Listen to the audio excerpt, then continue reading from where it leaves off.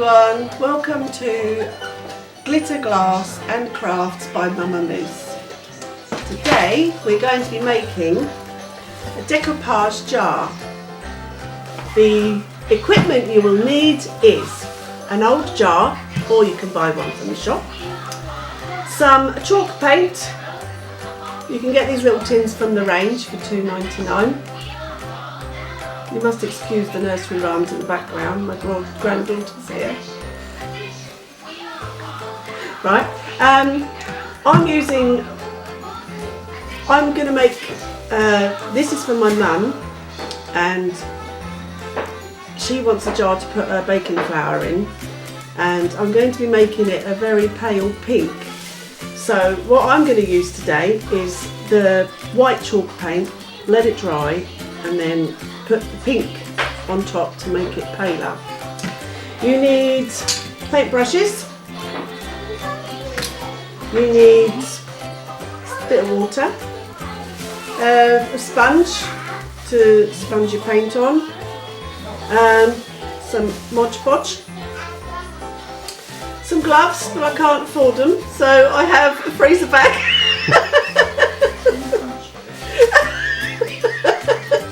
And some clear varnish to seal it all, and some napkins. I'm going to make a cupcake jar, but we'll start with the painting and do step by step how to do it. What you do, you clean your jar, you get a little bit of paint on your sponge, and you dab it on until it's got full coverage. Continue to do that until all the jar is completely covered with a nice coating like that, so there's no gaps to it. Okay, I'm going to do this and then come back to you when it's all done. Okay, so this is now nearly covered. I'll show you when it's completely covered, when I've finished it completely. Don't put too much on though, because otherwise it'll be hard to blend and takes longer to dry as well, but just so that it's even.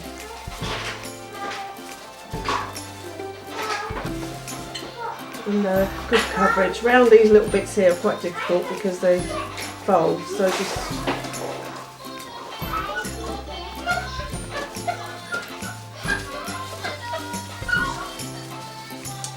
right, just make sure it's all level, no lumps, no bald patches.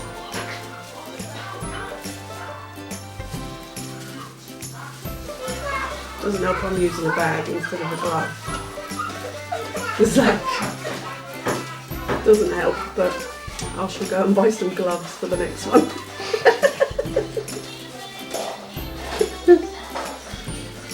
Right, so once that's done, you let that dry for about, it's touch dry for after about an hour, completely dry after 4 hours. So I'll be back, once it's dry, I'll be back to do the second stage. Right, I've got a few jars here that I've prepared. I'm going to do 2 with the lids plain and 2 with the painted lids, where I can just, you know, stick the pattern on top. So to do the lids, you do exactly the same as the jar. Because they go in here a bit, you might have to scrape it a little bit to get the paint right into the corners.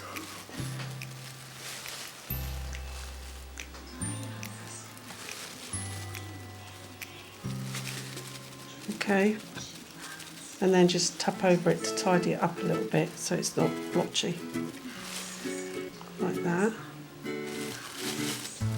And then hold it on the rubbery bit and do around the glass.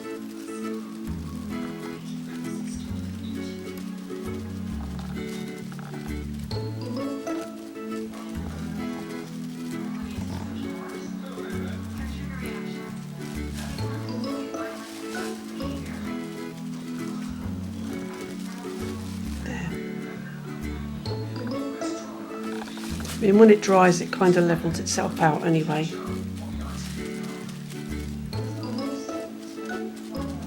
Just make sure you can't see any glass. It's dry. And I'll see you in a minute. Hello again. Right, it's been about an hour since I did the last one. It's touch dry. I now want to make it pale pink. So I've used, oh God, what colour does that say? I'm completely blind. Something pink. Would you like me to have a look? Yeah. What does that say? Dusky pink. Dusky pink. So yeah, dusky pink, and because we put the white base underneath, this should go to a very light pink, or a lighter pink than it is. I mean, if you want it lighter than this, you could try mixing some of the white with the pink to make the pink lighter. But I'm quite happy with this colour. And you do exactly the same as you did the first time round, and cover all the white in the pink.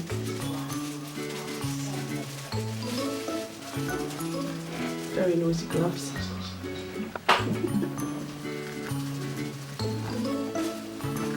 Underneath as well.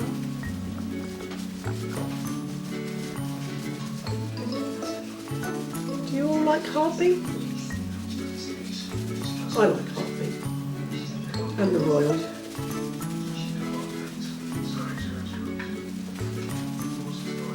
Been told I like granny programmes. Then I'm a granny, so.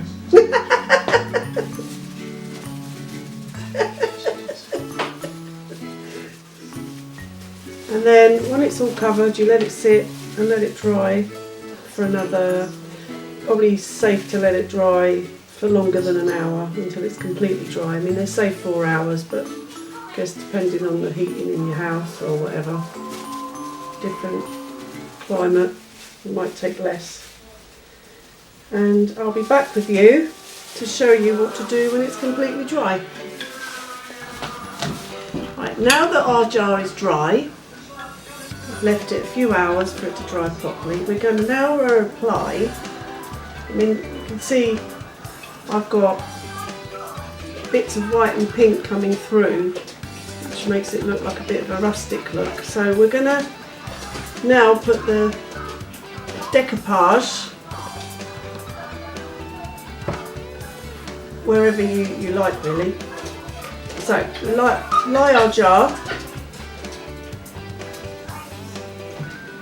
You get a napkin of any choice that you might like. Cut it.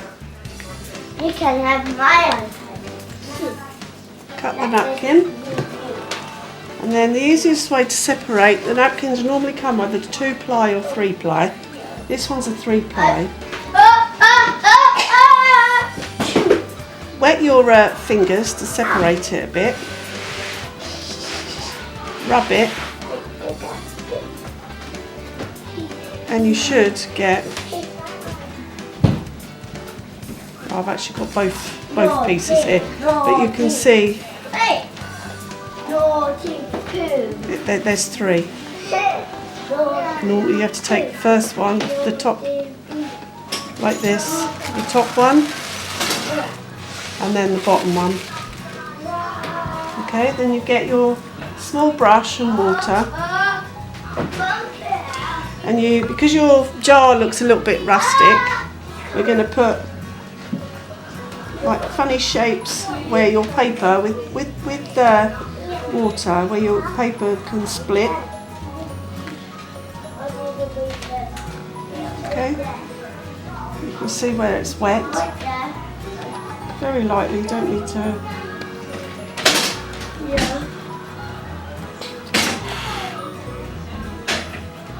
Okay, go all the way around it.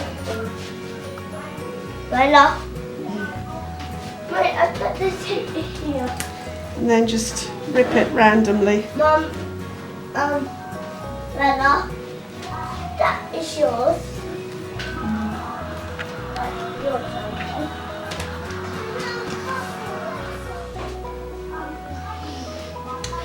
Sorry about that disturbance. I have my grandchildren here, so we have to keep them quiet whilst I'm doing this. So now you lay the tissue over the jar. They normally have like a line down the middle, so try and centralise it.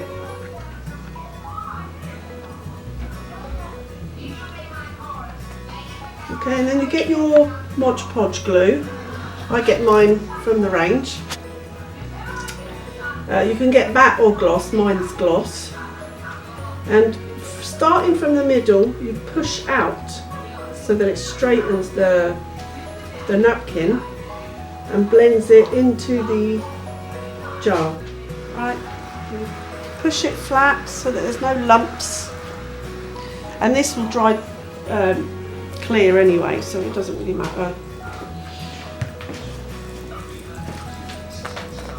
Just keep pushing it flat. Okay.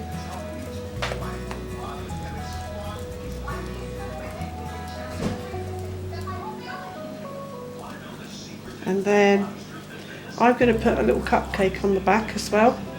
So I'm going to get my napkin, and this time I just want maybe a couple of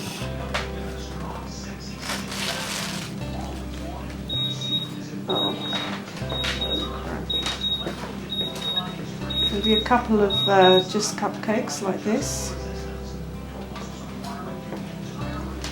So you do exactly the same thing.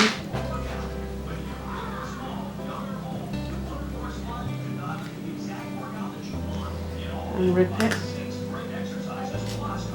Just like that.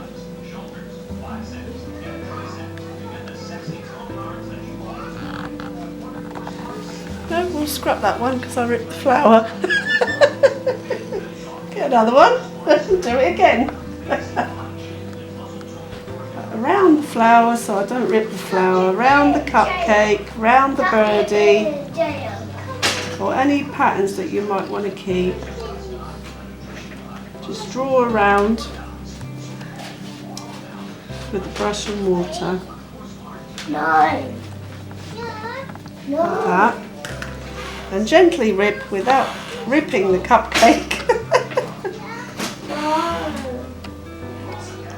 The shape out so that you can put it on the back of your jar.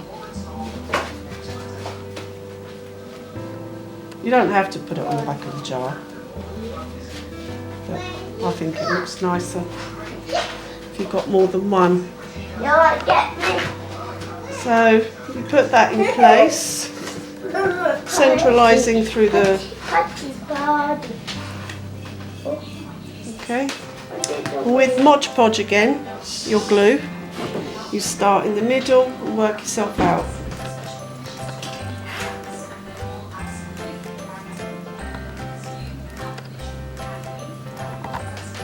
Making sure there's no lumps.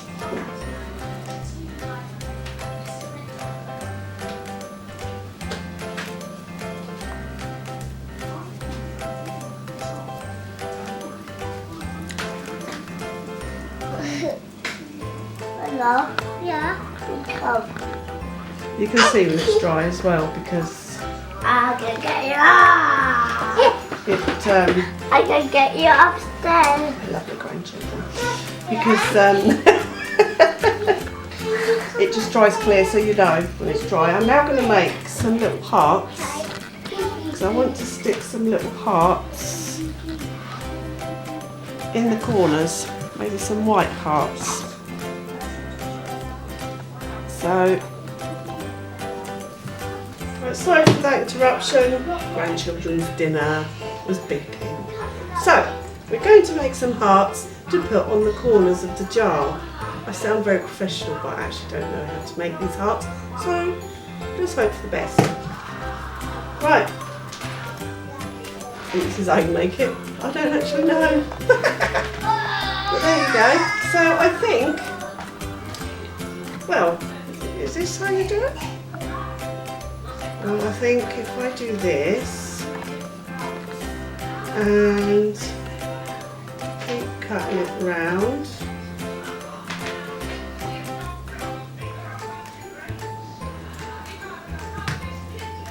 Are we lucky? Well, we are, goddamn. This is how you make hearts, everyone. Oh, not quite. Well, that's nobody. Shh, don't tell anyone. Just cut that down the middle. Nobody will know. And just pretend you're professional. But this is how I make my hearts. Okay, so I'm going to stick a heart in each corner, I think. What do you think? Not like that, but you know, you flatten it out so there's the heart. This is likely to happen if you don't press hard enough. It could be down to the rubbish hearts, but never mind. You won't tell anyone if you don't.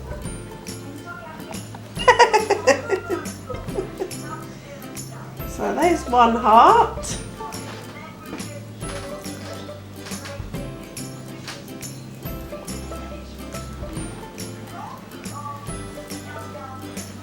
Okay. And I think I'm going to put the other one down here.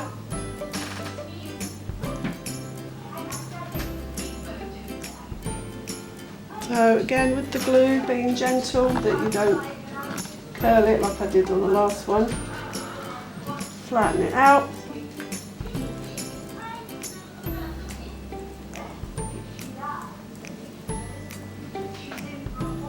Some people like to use wood glue, but I find Mod Podge is cheaper and works just as well.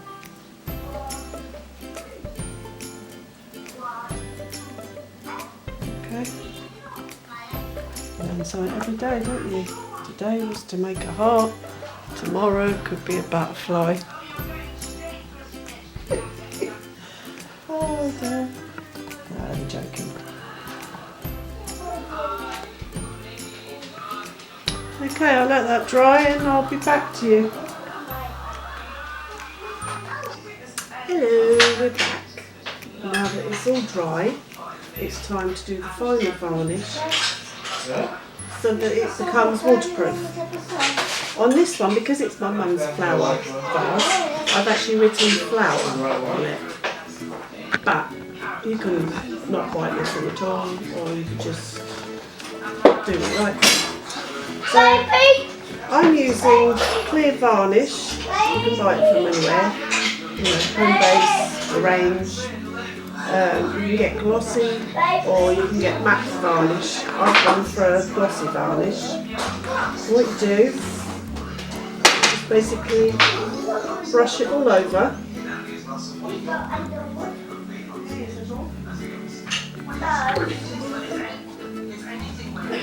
Just so that it waterproofs it all.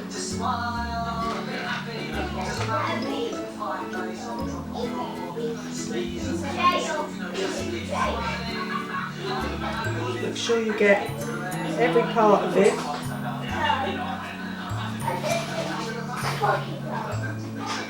All around the edges.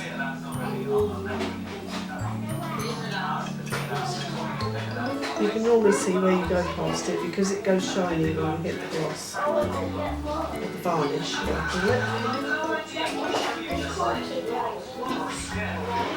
You see there's missing bits. That adds to the rustic effect. That's what my mum wanted. So that's what I've given her.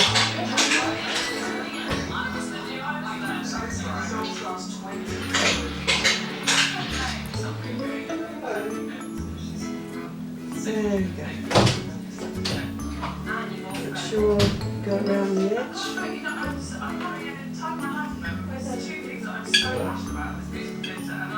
And underneath.